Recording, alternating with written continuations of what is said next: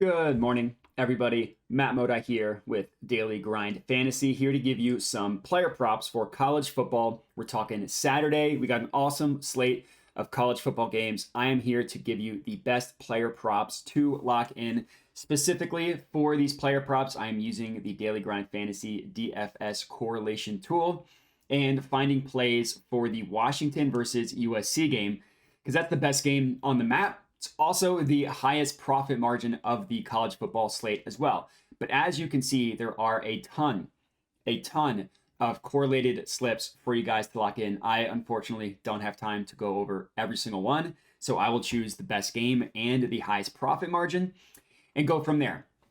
So if you're unfamiliar, if you're new to this YouTube channel, the correlation tool is something that Daily Grind Fantasy built back in August. It's an amazing tool if you want to be a profitable sports bettor, specifically on these DFS apps. We're talking Underdog, we're talking Prizepicks, even like Vivid Picks and Boom Fantasy and all the other random ones as well.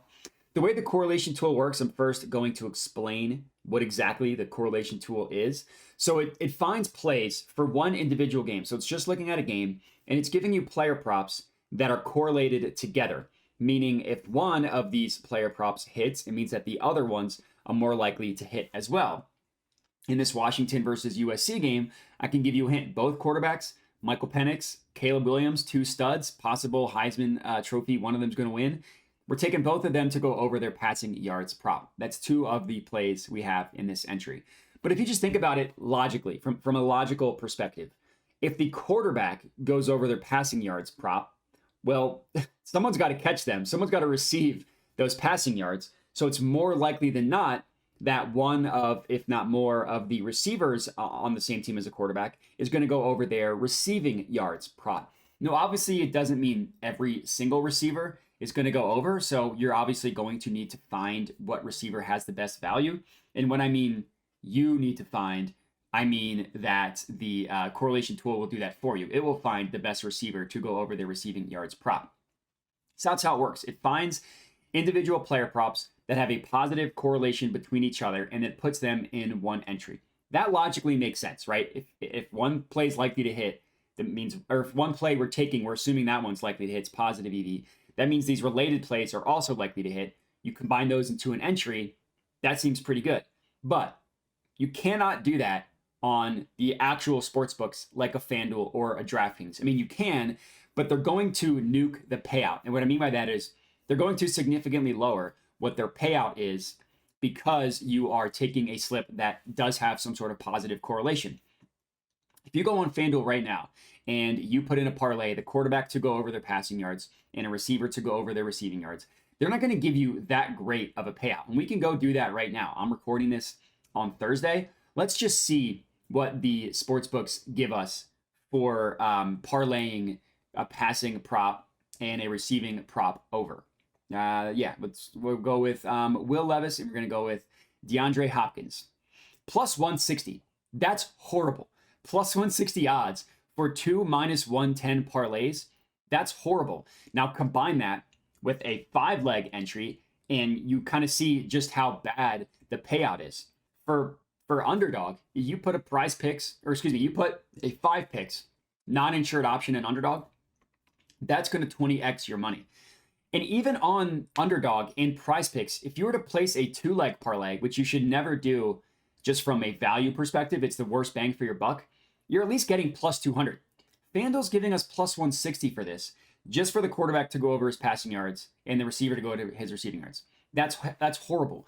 So it doesn't make sense to place these same exact correlated parlays on FanDuel because, as I mentioned, they completely nuke the payout. They lower the payout significantly. So that's what the correlation tool does, and that's how it works. Logically, it makes sense, right? All these plays do have some sort of correlation, but don't let me just talk to you about how it logically makes sense. Let's let the results speak for themselves. So I mentioned tool dropped in August. They have been tracking every single slip that showed up on this correlation tool since August 18th. And here are the numbers. Up 423 units with an ROI just below 30% at 29.23%. That's incredible. Think about whatever your unit size is, right? You have 1 unit equals 1% of your bankroll. For those of you that even have a $10 unit size, now we don't unit shame here. Whatever your unit size is that you're comfortable with, it's totally fine. You have a unit size of $10. You are up over $4,200 in about 2.5 months from using the correlation tool, from betting 1 unit on every single slip that shows up. Now, I have this filtered specifically for college football because that's what I wanted to do. If you're looking for Thursday night, if you're looking for other plays, check out the YouTube channel. There's a ton of stuff on here.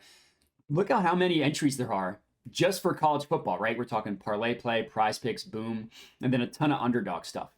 This is just college football, and there are, I don't know, 20, 25, this is hard, 16 slips right here. There are 16 slips.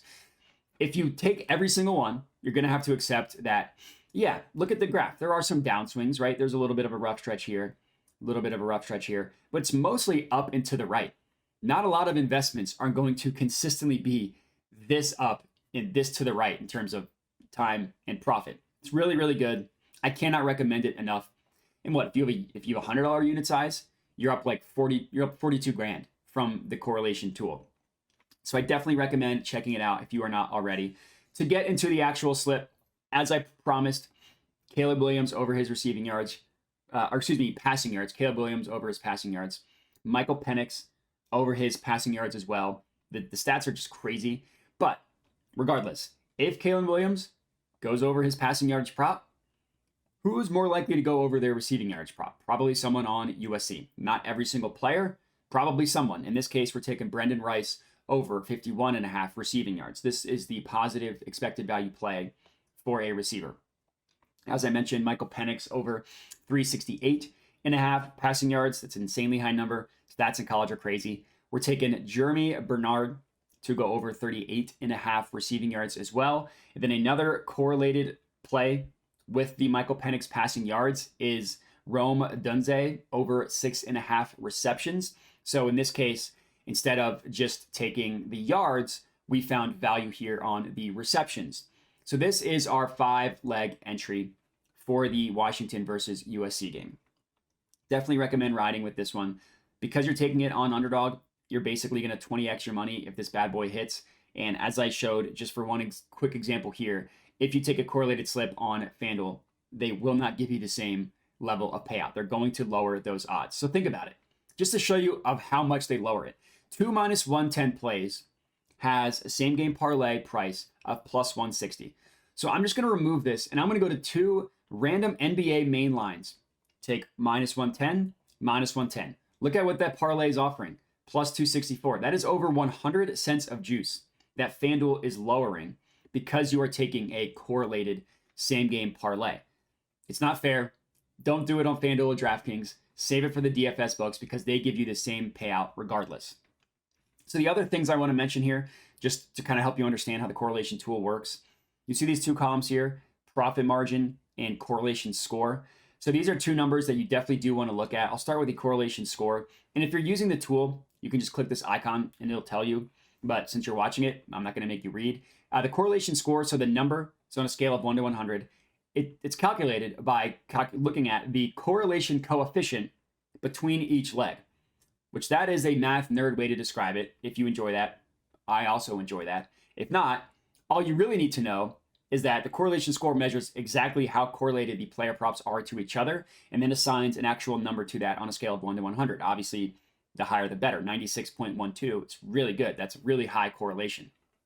And then the profit margin takes into account the correlation score, so how correlated they are, while also adding up the individual expected value of each play individually. So like what percent of positive expected value is the Caleb Williams passing yards? Okay, 5%, whatever. Then, okay, what percent of positive expected value is Brendan Rice receiving yards? Let's pretend it's also 5%. It adds those together, so it gets 10% between the two. It adds together all of 5 of these, while also adding in the correlation score as well. So profit margin of 271% is incredible. You do not see that very often. Correlation score of 96.12 is also very good. We see one in the Iowa versus Northwestern game. Not quite the same level of excitement, but we see another one over 200% profit margin with the correlation score, exact same 96.12. If you want that one, I'm not going to pretend this is going to be the same game. Just look at the difference in passing yards. Caleb Williams, over 316. Michael Penix, over 368. Deacon Hill, over 121. Yikes, that's classic Iowa football for you. But if you want to sweat this one out, it's an amazing positive correlation, positive expected value play. And then if you want to look at this other one, over 250%, TCU versus Texas Tech, should be a decent game tonight. This one's on Prizepicks. This will be the last one that I have for you guys. Then I'm going to hop on out of here. But that's 3 slips for you guys to tail. Josh Hoover, over 241.5 passing yards. Then we're taking J.P. Richardson and Savion Williams to go over their receiving yards. Over 42.5 for J.P. Richardson. Over 43.5 for Savion Williams. Then we're taking Amani Bailey over his rushing yards as well. So we like TCU to have a really good game over passing and over rushing. And then we'll take the Texas Tech quarterback, Beren Morton. I don't want to totally butcher that guy's name. Over 208.5 passing yards. And Jarian Bradley over 28.5 receiving yards. This is the bonus TCU versus Texas Tech one, just because I like you guys. The main one we have here is Washington versus USC. But I did give you 3 total. Tons of college football player props for you guys to hammer. This is going to be an awesome game. Let's hope that we can cash this slip as well. And that's all I got. So appreciate everybody for watching. Make sure to like, comment, subscribe, all that good stuff, and have a good one.